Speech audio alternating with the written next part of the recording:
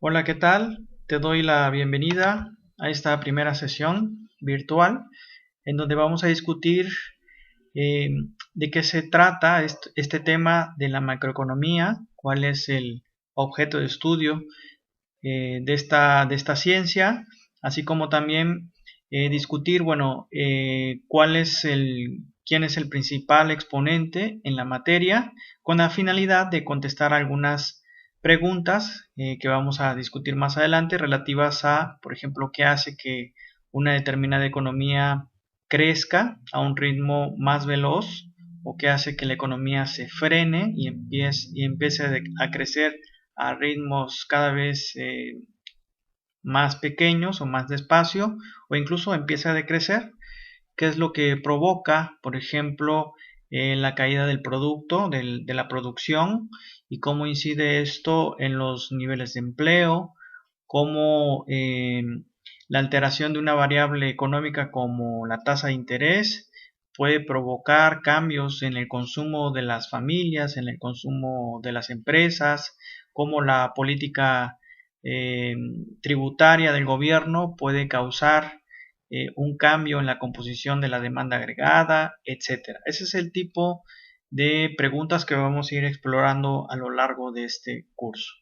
En este video tiene única y exclusivamente el propósito de discutir qué es la economía, cuál es el objeto de estudio de esta rama de la economía.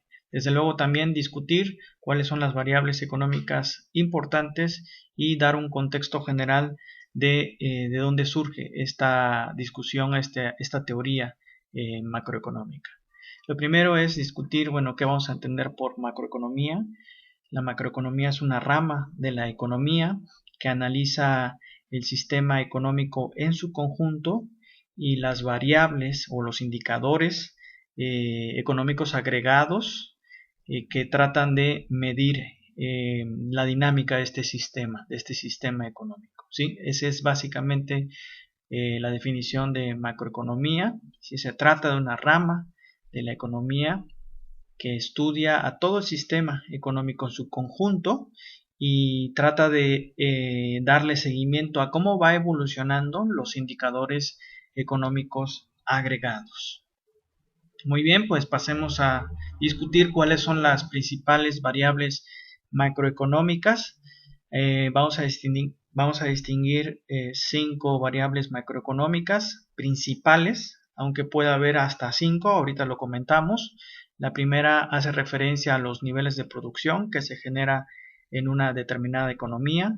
Aquí se incluye pues todos los bienes y servicios que se generan en una determinada economía en un determinado periodo de tiempo. En segundo lugar, otra variable macroeconómica de importancia hace referencia a los niveles de empleo, es decir, a los niveles que se están a los niveles que se están empleando los recursos productivos. Los niveles de empleo van muy de la mano de los niveles de producción, puesto que si el nivel de producción va a la baja, eso significará que las empresas están produciendo menos y que por lo tanto estarán recortando su personal y por lo tanto esto último repercute en la creación de empleos. Otra variable económica de importancia es la relativa a la evolución de los niveles de precio. ¿Sí? Los precios de los bienes y servicios en una economía pues van cambiando todo el tiempo obedeciendo a la ley de la oferta y la demanda. Entonces una variable a la cual se le pone atención es la evolución de los precios. ¿Qué hace variar los precios? Porque a veces los precios cambian de manera muy súbita. Ese es el tipo de aspectos que se van analizando en ese punto. Y finalmente está lo relativo al equilibrio externo, que es una variable económica relevante a la luz del mundo globalizado e interdependiente de hoy en día. Es importante esta variable, la conexión que tiene una economía con el resto del mundo y que se mide a través de lo que vamos a ver, un indicador muy específico que es la balanza de pago, ¿sí? Cada una de estas variables, a lo largo del curso vamos a ofrecer una definición que se va a entender por cada una de ellas y cómo se mide, ¿sí? Es decir, la definición teórica y digamos cómo medir esto, ¿sí? Cómo medir los cambios en el volumen de producción, cómo medir los cambios en el volumen de empleo, etcétera. Vamos a presentar la definición, el indicador y cómo se interpreta. Algunas preguntas relevantes para la macroeconomía tienen que ver con, bueno, justamente qué es lo que determina el nivel de estas variables que acabamos de presentar, ¿sí?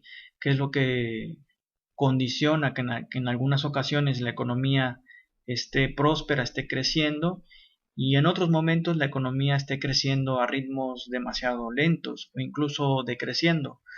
¿Qué es lo que genera una crisis económica en los niveles de empleo, por ejemplo? ¿Qué es lo que hace que cambien los volúmenes, la creación de empleos?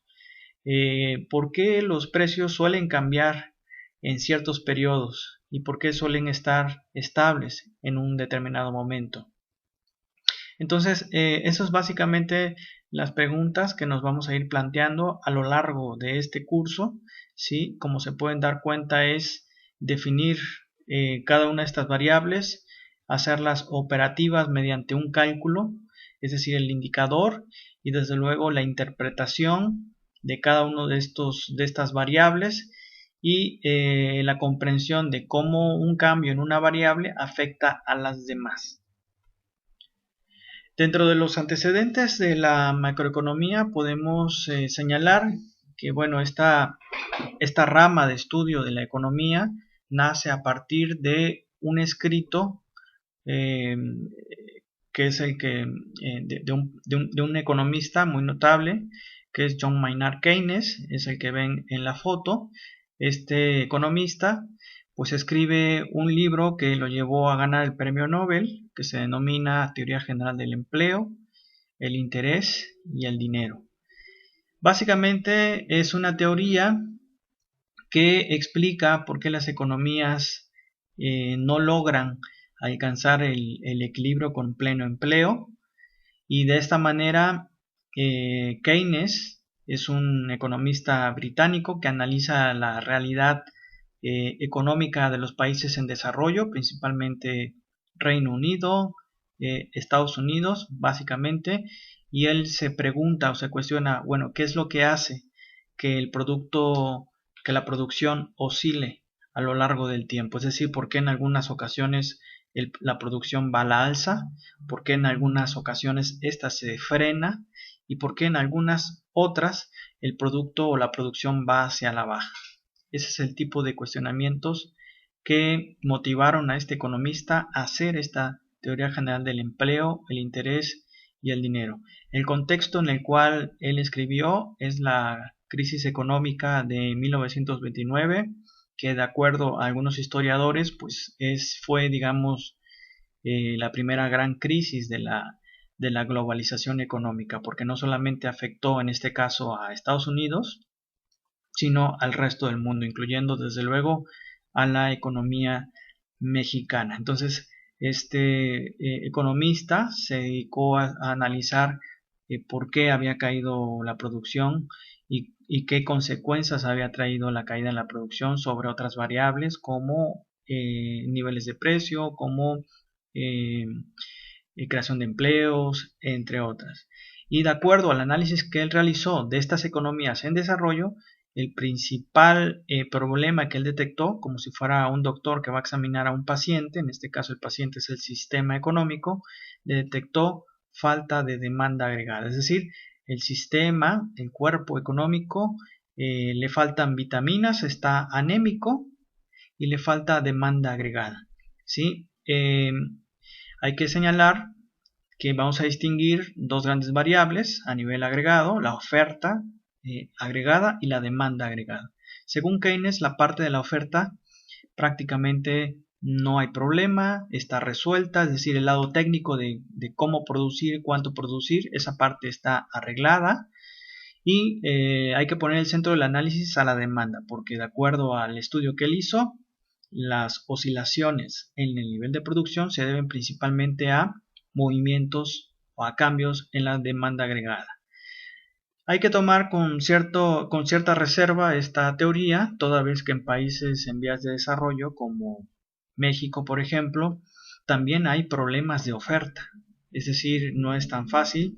A veces hay trabas para la producción, no se tiene la tecnología, no se tiene el conocimiento o lo que técnicamente se denomina el know-how de cómo producir, sobre todo bienes y servicios de alta tecnología que solamente los países en desarrollo, como actualmente Estados Unidos, China, entre otros, son capaces de generar.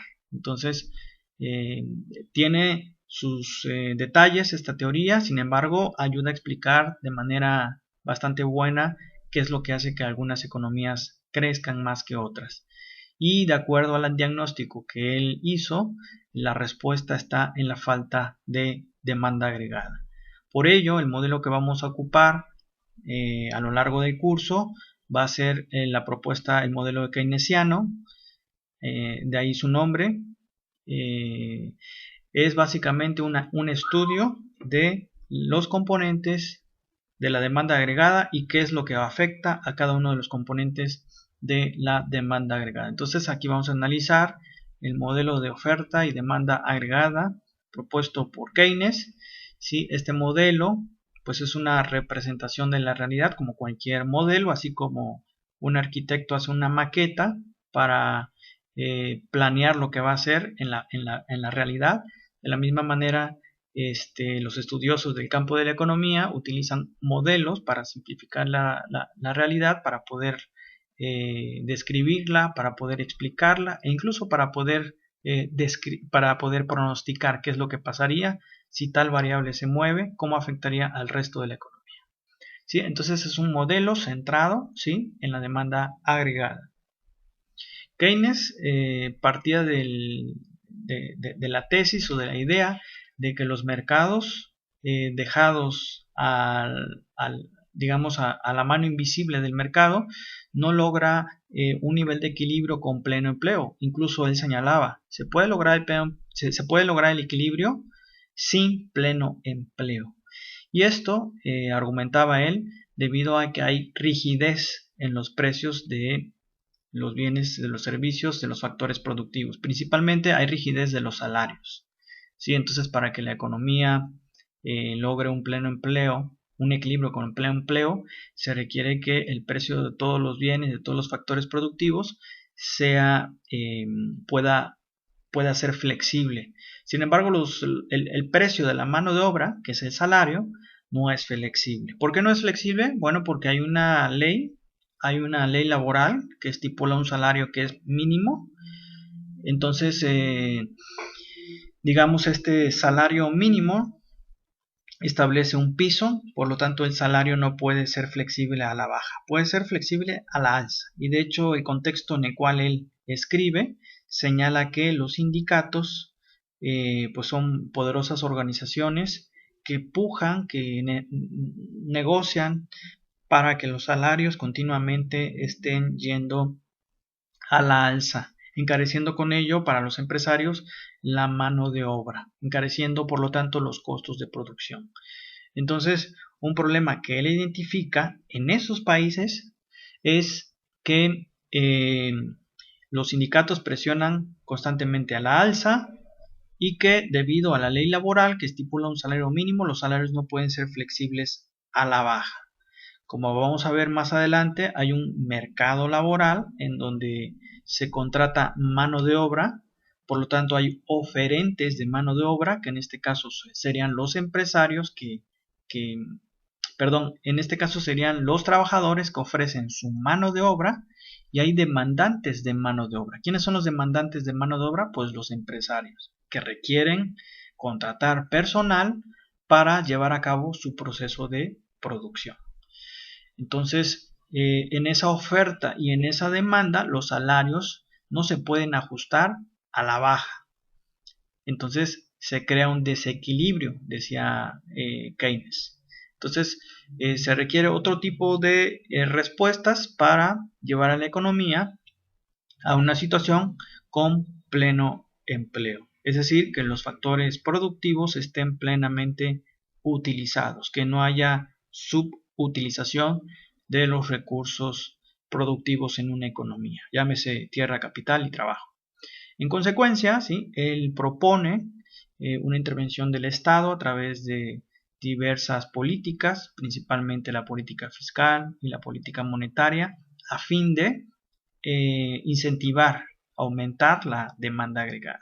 ¿Sí? Con ello rompe Keynes esta tradición de los economistas clásicos, según el cual el Estado no debe de intervenir. Por el contrario, Keynes señala, debe de intervenir para llegar a este equilibrio, aunque señala Keynes, una vez que ya se llega al equilibrio con pleno empleo, entonces sí, el Estado debe de retirarse y dejar al mercado dejar hacer y dejar pasar, como dice el lema de los fisiócratas, laissez-faire, laissez-passer, le monde, le oui-me-me, que es dejar hacer, dejar pasar, el mundo sigue dando vueltas libremente. Entonces, con ello, ¿sí? Damos inicio a esta primera sesión de la clase 1. En la segunda sesión se va a discutir el flujo circular de la economía para ir planteando este modelo. Espero que haya sido de utilidad y nos vemos en la siguiente cápsula.